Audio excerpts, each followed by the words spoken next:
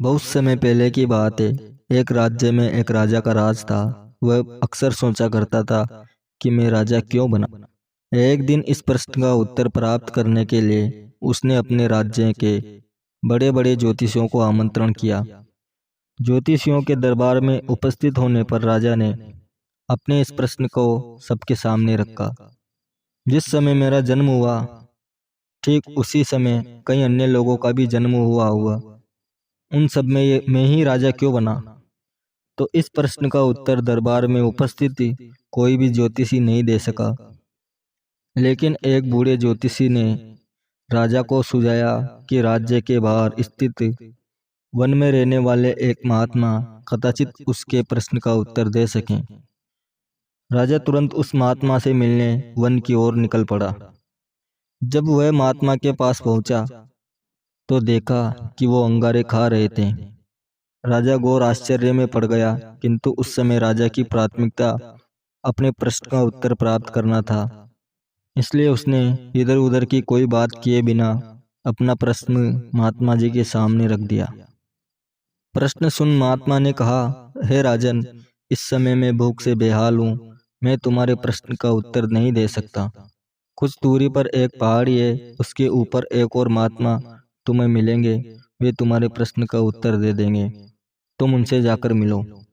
राजा बिना समय व्यर्थ गंवाए पहाड़ी पर पहुंच गए और वहां भी उसके आश्चर्य की सीमा नहीं रही जब उसने देखा कि वहां वह महात्मा चिमटे से नोच नोच कर अपना ही मांस खा रहे हैं। राजा ने उनके समक्ष वह प्रश्न दोहराया।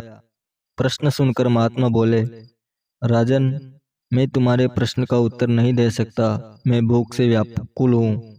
इस पहाड़ी के नीचे एक गांव है, वहाँ 5 वर्ष का एक बालक रहता है। वह कुछ ही देर में मरने वाला है। तुम उसकी मृत्यु पूर्व उससे अपने प्रश्न का उत्तर प्राप्त कर लो। राजा गांव में जाकर उस बालक से मिला। वह बालक मरने की कगार पर था। राजा का प्रश्न सुन वह हंसने लगा।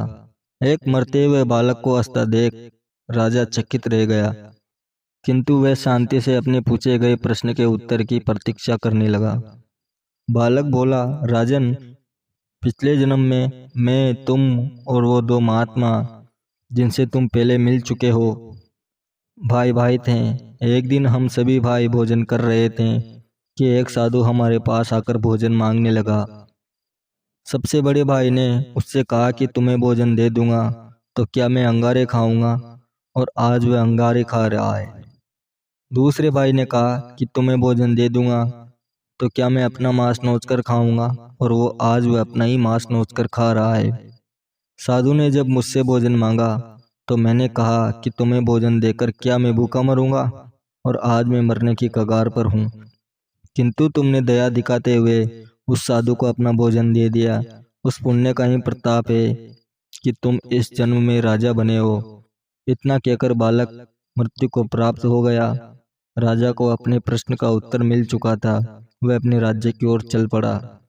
तो दोस्तों, इस कहानी का मोरल ये है कि हमें अच्छे कर्म करते रहना चाहिए। चाहे हमारी परिस्थिति कैसी भी हो, अच्छे कर्म का फल अच्छा ही मिलता है। इसलिए सदा सत्कर्म करो और जहाँ तक संभव हो दूसरों की सहायता करो।